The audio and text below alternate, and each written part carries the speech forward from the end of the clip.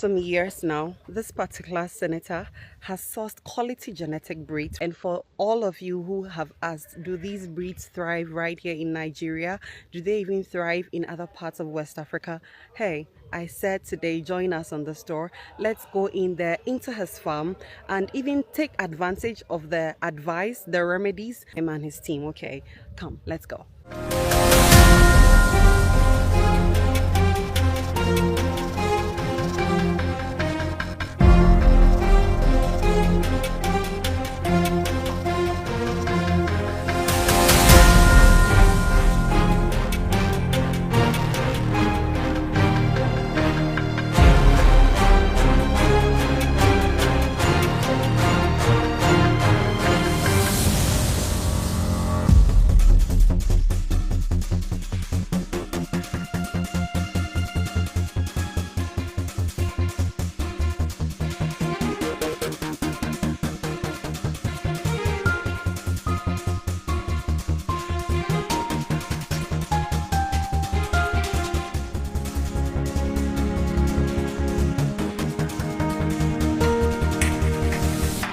Hello, sir. How are you? Fine, thank you. Thank you first of all for receiving us so warmly here on your property. May we know who you are? Please introduce yourself. All right, my name is David Umaru. Affectionately known as D Umar. D Umar, yeah, D Umar for the family. Yeah. Okay. Yes, well, actually, I professionally I'm a lawyer. Oh, actually. wow. Yeah. Okay. I had my own practice in Abuja here, Lagos, and Kaduna, and other places. Wow. But out of my desire, my love for farming,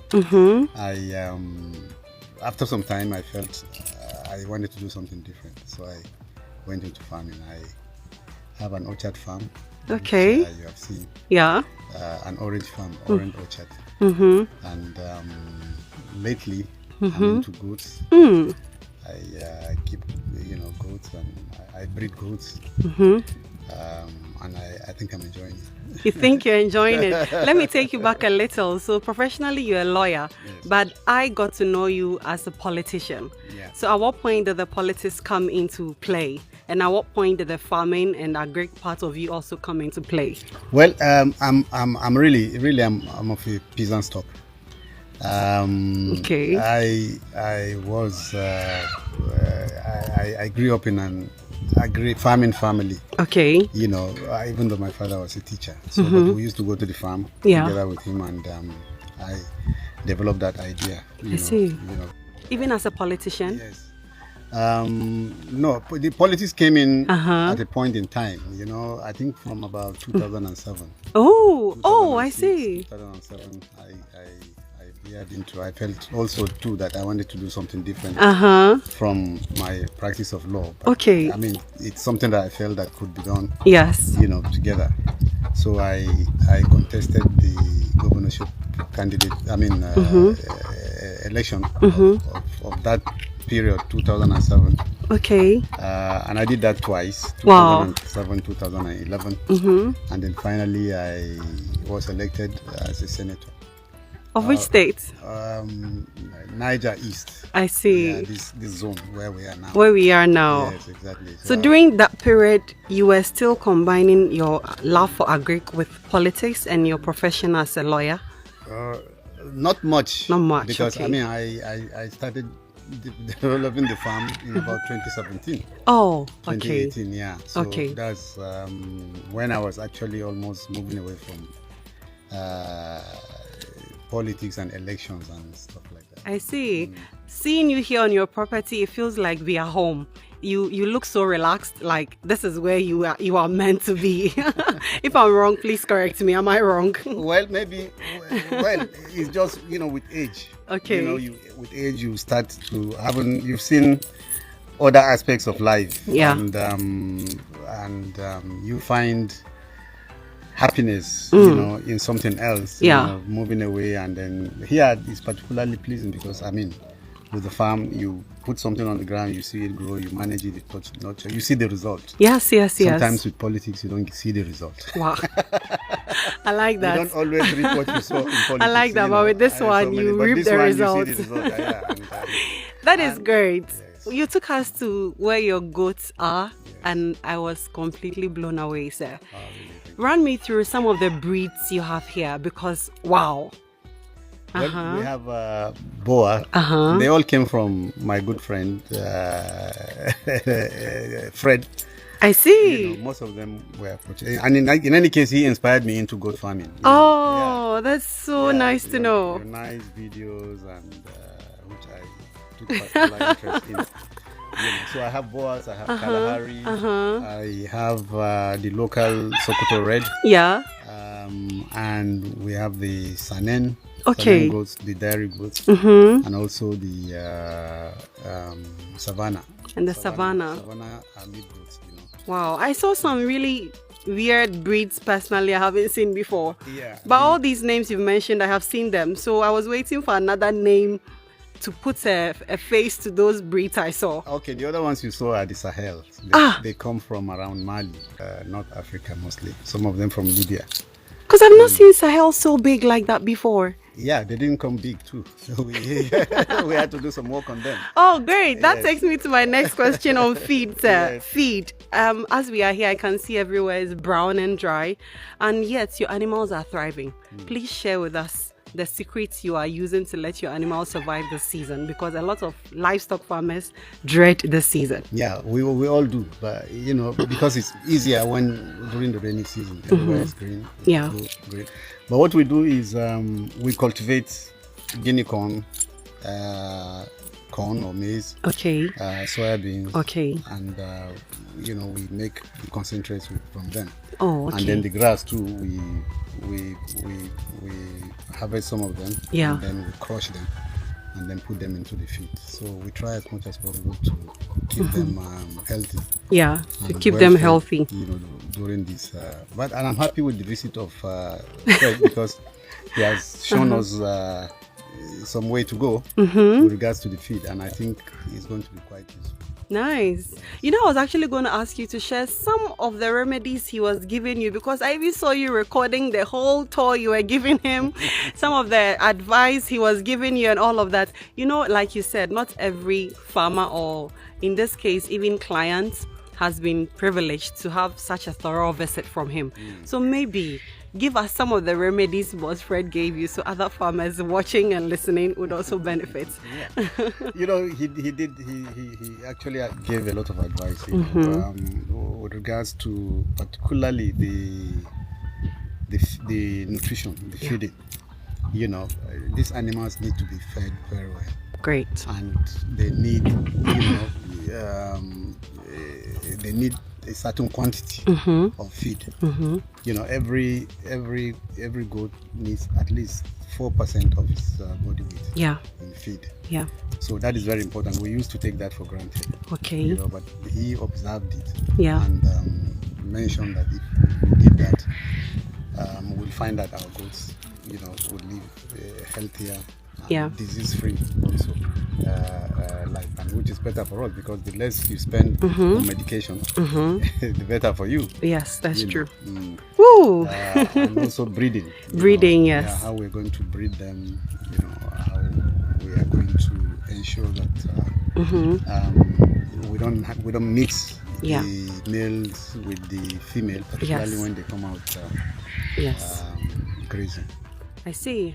I think before I let you go, I would love to know some of the challenges you have experienced over the years, because usually people only see the success. Yeah. They see, oh, how the animals are doing well. But see, I love also to be very transparent with my audience. So please be transparent with us about some of the challenges you have faced. And maybe when Fred came here, he even helped provide certain remedies to some of these challenges.